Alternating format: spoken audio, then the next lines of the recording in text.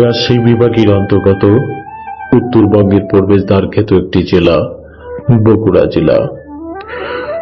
বগুড়া জেলা সদর থেকে মাত্র 13 কিলোমিটার উত্তরে শিবগঞ্জ উপজেলার করতোয়া নদী।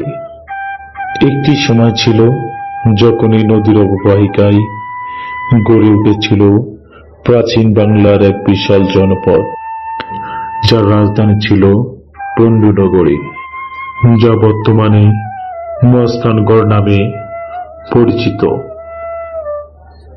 প্রিয় দর্শক শ্রোতা, আজকের ভিডিওতে আমি মহাস্থানগড় সম্পর্কে তুলে ধরব। অবশেষে আমরা পৌঁছে গেলাম হযরত শাহ সুলতান বল্লকীর মাজার প্রাঙ্গণে।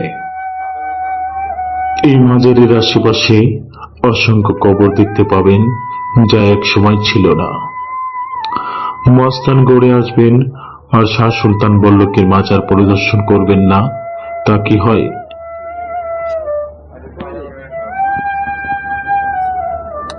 যেহেতু মাজার একটি পবিত্র স্থান, তাই পা থেকে জুতা খুলে মাজারের ভিতরে প্রবেশ করলাম।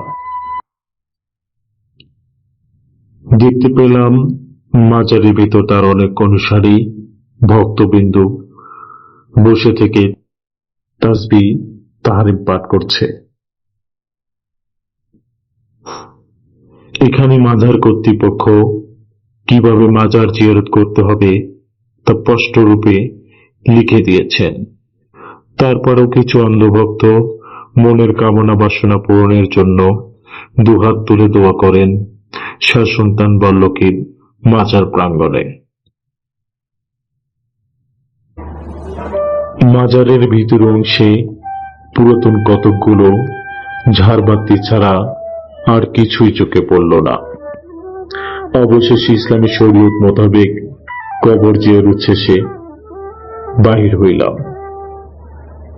আর মাজার প্রাঙ্গণে দেখতে পারবেন অসংখ্য ছোট বড় কবর। শাহ সুলতান বল্লকীর মাজার প্রাঙ্গণে দাঁড়িয়ে আছে 100 বছর পুরাতন একটি বড়ই গাছ।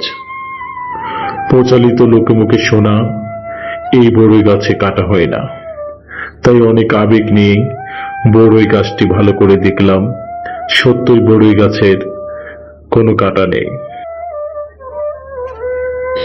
মাজার প্রাঙ্গণে অবস্থিত এই কূপটি দেখে অনেকে জিয়তকুণ্ড মনে করেন। বাস্তবে এটা জিয়তকুণ্ড নয়।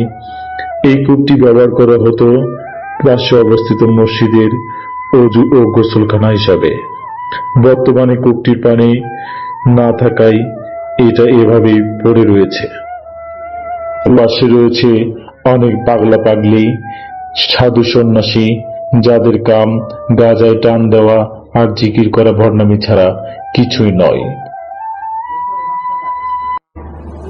মহাস্থানগড়ে রয়েছে অসংখ্য স্থাপনা, যে স্থাপনাগুলো পরশুরাম এবং হযরত শাহ সুলতান বল্লকীর সাথে ঘটে যাওয়া সেই ইতিহাসকে কালের বিবর্তনে আজও ধরে রেখেছে।